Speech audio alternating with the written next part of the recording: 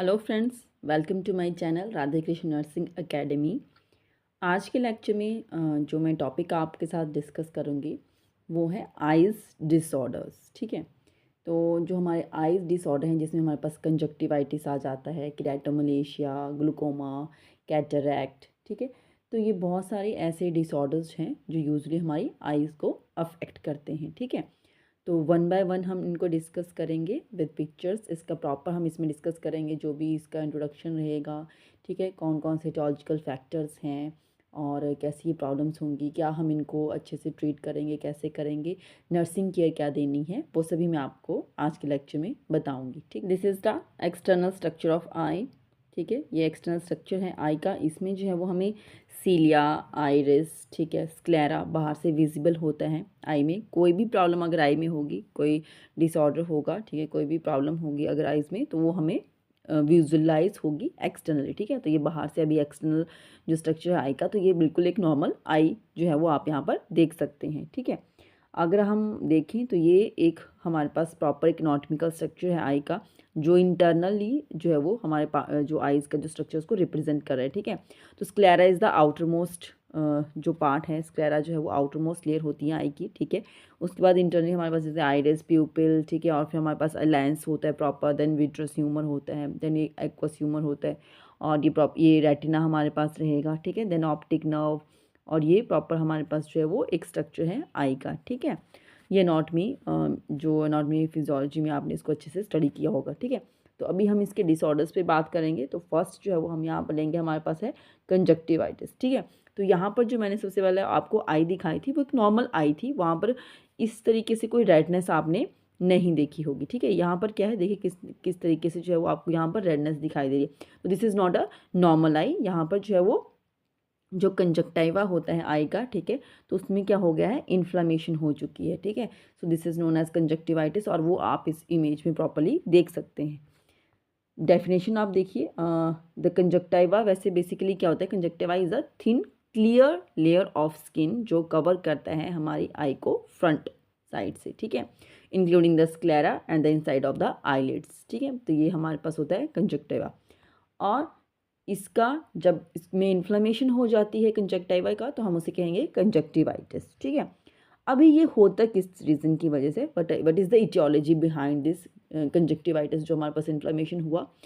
तो ये हमारे पास रीजंस हो सकते हैं, मे बी एनी वायरस। ठीक है, तो जैसे यहाँ पर इन्होंने मेंशन किया, एडिनो वायरस एक हो सकता है, कोई बैक्टीरियाज हो सकते हैं, किसी से एलर्जी हो सकती है किसी पर्सन को। ठीक है, या कोई फॉरेन बॉडी जो है वो आइज़ में चली गई, या कोई केमिकल का एक्सपोजर हुआ आइज़ को। ठीक है, तो ये सभी जो है एक इटियोलॉजिकल फैक्टर्स हैं, एक रीज़न बनता है कि एक इंडिविजुअल को जो है वो कंजक्टिवाइटिस हो सकता है। ठीक है, अगर हमारे पास फर्स्ट हम लेंगे यहाँ पर बैक्टीरियल कंजक्टिवाइटिस अगर किसी को हुआ, ठीक है, किसी बैक्टीरिया की वजह से अगर किसी का कंजक्टिवा में इन्फ्लेमेशन होता है, तो उसमें हमें किस तरीके का अपीयरेंस रहेगी आइज़ की। ठीक है, तो यहाँ पर आप आइज़ देख सकते हैं, प्लूरेंट डिस्चार्ज होगा आई से, crushing of eyelids and inflammation तो होगी कंजक्टिवा की। ठीक है, और जो आईलिड्स होंगी उनमें भी हमें स्वेलिंग देखने को मिलेगी। ठीक है, तो इन आइज़ को आप प्रॉपर्ली देख सकते हैं। इस तरीके की अगर आइज़ आपको देखने को मिलती हैं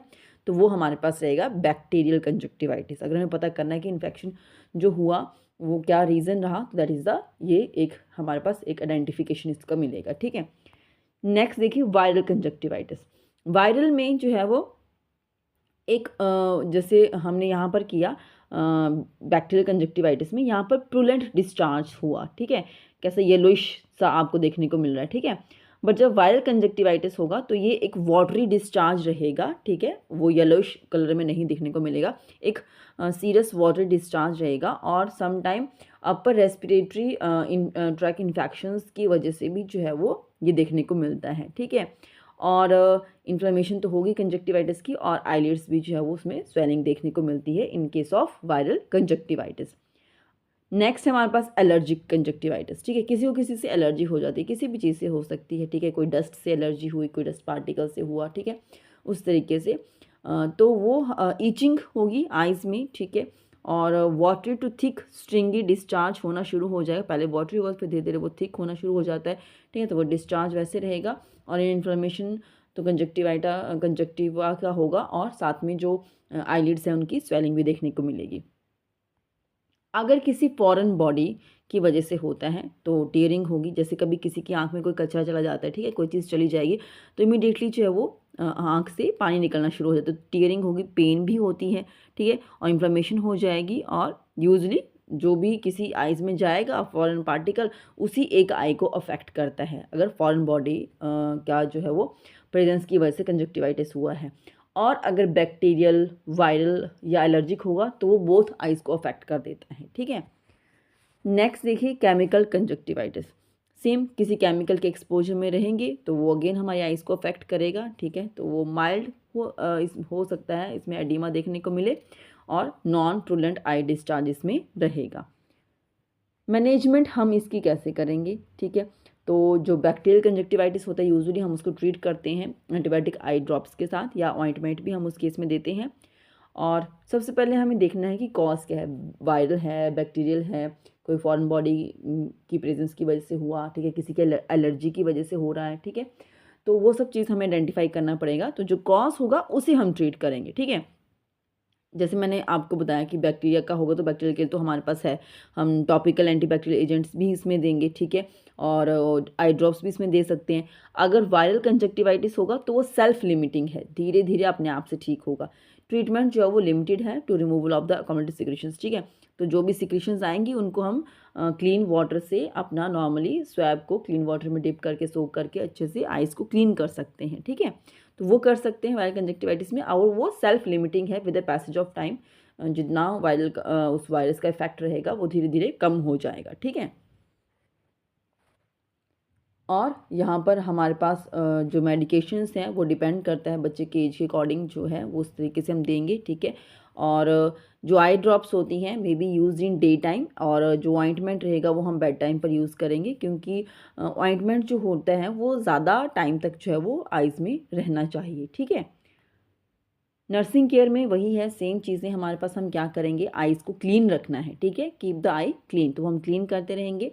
और जो भी ऑप्थेल्मिक मेडिकेशन जो दिया होगा वो हम एडमिनिस्टर करते रहेंगे, और जो भी सिक्रीशंस और कॉमुलेट हो जाती हैं उनको प्रॉपरली क्लीन करेंगे from the inner to outer canthus, ठीक है। तो जो भी पेशेंट की जैसे ये आई होगी तो उसको इनर कैंथस टू ये इस तरीके से आउटर की तरफ जो है वो हम क्लीन कर देंगे, ठीक है।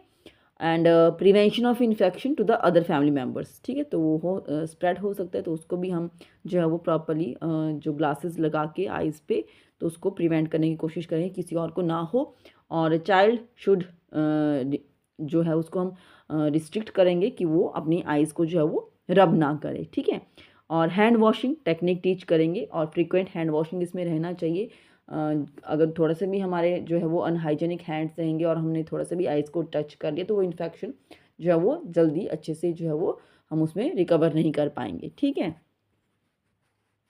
नेक्स्ट कंडीशन देखिए किरेटोमलेशिया, ठीक है। किरेटोमलेशिया जो है वो आप यहाँ पर इस बच्चे की आइज़ को देख सकते हैं किस तरीके का जो है वो यहाँ पर एक ओपेसिटी जो है वो लेंसेज की हो चुकी है, ठीक है।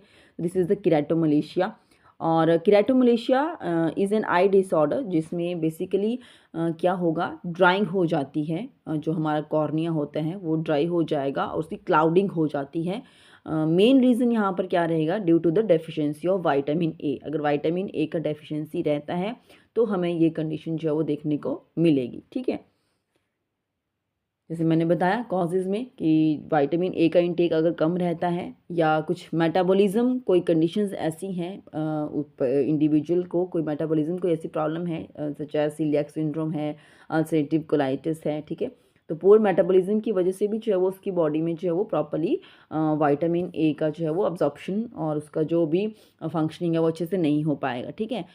या इनसफिशेंट जो बॉडी जो ले रही है अमाउंट में प्रॉपरली जो डाइट ले रहा है इंडिविजुअल, तो उसमें प्रॉपरली विटामिन ए का कन्वर्जन नहीं हो पा रहा है या स्टोर नहीं हो पा रहा है बॉडी में, ये बॉडी उसको ऑब्जर्व नहीं कर पा रही है ड्यू टू पुअर मेटाबॉलिज्म, ठीक है। तो ये सब रीजंस रहेंगे। और इन्फेंट और चिल्ड्रन जिन्हें एलर्जी होती है मिल्क से, ठीक है, तो वो भी एक रीज़न बनता है हमारे पास ये हमारे पास किरेटोमलेशिया के लिए, ठीक है। जो विटामिन ए का जो रोल है वो बहुत इंपॉर्टेंट होता है in order to prevent from the keratomalacia, क्योंकि विटामिन ए जो है वो बहुत ही इंपॉर्टेंट है to maintain the epithelia of cornea and conjunctiva. Pathophysiology की हम बात करें तो जो एक प्रिसाइज मैकेनिज़्म है एग्जैक्टली वो तो एग्जैक्टली इतना नोन नहीं है, बट जो विटामिन ए का अगर लैक रहता है एक इंडिविजुअल की बॉडी में, ठीक है, तो उसकी वजह से जो है वो चेंजेस जो आएंगे आइज़ का जो म्यूकोजल जो सरफेसेस हैं, ठीक है, तो वो एट्रोफिक चेंजेस आना शुरू हो जाते हैं, जिसकी वजह से जो है वो there is a loss of goblet cells, और जिसकी वजह से क्या होगा, जो नॉर्मल एपिथेलियम जो है वो रिप्लेस हो जाता है by the inappropriate keratinised squamous epithelium, ठीक है, तो वो यहाँ पर प्रॉब्लम हो जाएगी, जिसकी वजह से जो है वो हमारे पास केराटोमलेशिया की कंडीशन जो है वो राइज हो जाती है। क्यों? क्योंकि वो लीड करता है जो भी हमारे पास जो कॉर्निया होता है उसका लिक्विफाइज उसको कर देगा, उसको ब्रेक डाउन करेगा, उसको लिक्विफाई कर देगा, ठीक है, और जब वो ब्रेक डाउन और लिक्विफाई हो जाएगा तो वो क्वाइट ऑब्वियस है कि वो हमारे पास जो है वो केराटोमलेशिया की कंडीशन अराइज कर देता है, और जो हमारे कॉर्निया है वो टोटली ओपेक हो जाता है, मीन्स अब उसको बिल्कुल टोटली ब्लाइंड हो जाएगा, ठीक है, तो इंडिविजुअल कुछ भी नहीं देख पाता है इस कंडीशन में। Clinical manifestation highly perforated and soft cornea, इसमें आपको देखने को मिलेगा धीरे धीरे जो है वो विज़न में चेंजेस आना शुरू हो जाएंगे, क्लाउडीनेस हो जाएगी कॉर्निया की, corneal ulcer, night vision decrease हो जाएगा, फोटोफोबिया, लाइट से जो डर लगता है इंडिविजुअल को तो फोटोफोबिया हो जाएगा, कॉर्नियल स्कार, और dryness of ocular glands, like जो भी हमारे पास लैक्रिमल ग्लैंड हैं कॉर्निया कंजक्टिवा, तो इनकी ड्राइनेस होना शुरू हो जाएगी, और बाइट और स्पॉट्स की फॉर्मेशन होना शुरू हो जाती है। ये धीरे धीरे धीरे फिर लीड करेगा हमारे पास इस कंडीशन के लिए, ठीक है, पहले ये धीरे धीरे स्टार्ट होता है और फिर लेटर ऑन लास्ट में जो है वो टोटली उसको कॉर्निया को ब्रेक डाउन करके लिक्विफाई करके जो है वो उसको केराटोमलेशियम, और देन उसका टोटली जो है वो ओपेसिटी हो जाएगी और ब्लाइंडनेस हो जाती है, ठीक है। डायग्नोसिस के लिए हिस्ट्री टेकिंग हम प्रॉपर करेंगे, आइज़ का प्रॉपरली एग्जामिनेशन करेंगे, ठीक है, उसका एक्सटर्नल अपीयरेंस कैसी है, आई की विजुअल इक्विटी कितनी है, आइज़ मूवमेंट कितनी अच्छे से हो रही है, विजुअल फील्ड कितना एरिया में इंडिविजुअल देख पाता है, ठीक है, स्टिल्ट लैम्प एग्जामिनेशन करेंगे प्रॉपरली कंजक्टिवा और कॉर्निया के लिए, ब्लड स्टडीज़ हम कर सकते हैं, ठीक है, कि कितना बॉडी में बेटा कैरोटीन या विटामिन ए का कितना लेवल है, कि डेफिशिएंसी है, ठीक है, तो वो हम चेक करेंगे। ट्रीटमेंट के लिए हम क्या कर सकते हैं, विटामिन ए का सप्लीमेंटेशन स्टार्ट कर सकते हैं, और माइल्ड टू मॉडरेट डेफिशिएंसी अगर रहती है तो उस केसेस में जो है वो हम उसको उस तरीके से जो है वो विटामिन ए का उसमें जो है वो प्रिस्क्रिप्शन इंडिविजुअल को देते हैं, ठीक है। सीवियर केसेस होंगे तो और उसके ज़्यादा देंगे हम, ठीक है, फॉर सेवरल वीक्स के लिए, ज़्यादा टाइम के लिए देना पड़ेगा।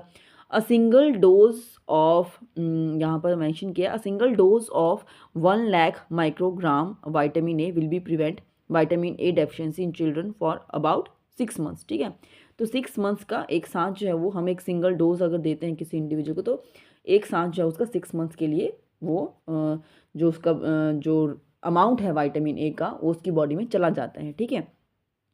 तो हमारे पास जो है जैसे हम बच्चों में भी जो हमारा इम्यूनाइजेशन शेड्यूल होता है उसमें विटामिन ए जो है वो उसमें सप्लीमेंटेशन जो है वो दी जाती है इम्यूनाइजेशन शेड्यूल में।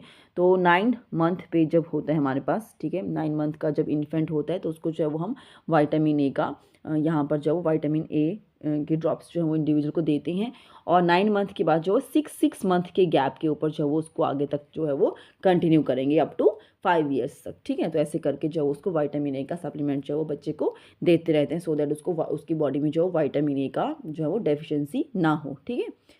डाइटरी सोर्सेज में आप देख सकते हैं हम क्या क्या दे सकते हैं, विटामिन ए का अगर डेफिशिएंसी देखने को मिलता है तो उसमें जो है वो हम विटामिन ए के जो है वो डाइटरी सोर्सेज आपको बता देते हैं।